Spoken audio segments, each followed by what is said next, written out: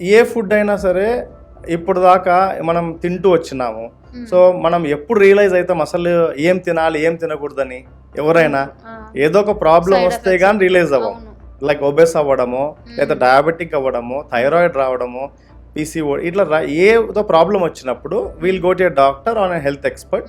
అక్కడ డయాగ్నోస్ చేస్తాము. సో ఆ ప్రాబ్లమ్ని నేనైతే యాజ్ అ ఫంక్షనల్ న్యూట్రిషనిస్ట్ ఏం చేస్తామంటే ఆ ప్రాబ్లమ్ని రూట్ లెవెల్లో కనుక్కుంటాం త్రూ ఫ్యూ డయాగ్నోస్టిక్స్ ప్లస్ వాళ్ళ లైఫ్ స్టైల్, వాళ్ళకి వస్తున్న సిమ్టమ్స్ అన్ని అనలైజ్ చేసి దాన్ని బేస్ చేసుకొని అప్పుడు కొన్ని రోజులు మీరు ఇది మానేస్తే బెటర్, అది రిపేర్ అయ్యేంత వరకు. వెదర్ ఇట్ ఈస్ రైస్ కావచ్చు, రోటీ కావచ్చు, ఆర్ మేబీ సమ్ టైమ్స్ కొన్ని ప్రోటీన్ సోర్సెస్ కూడా కావచ్చు. అది మంచిదైనా సరే చెడ్డదైనా సరే కొన్ని రోజులు ఆపేయమని చెప్తాము.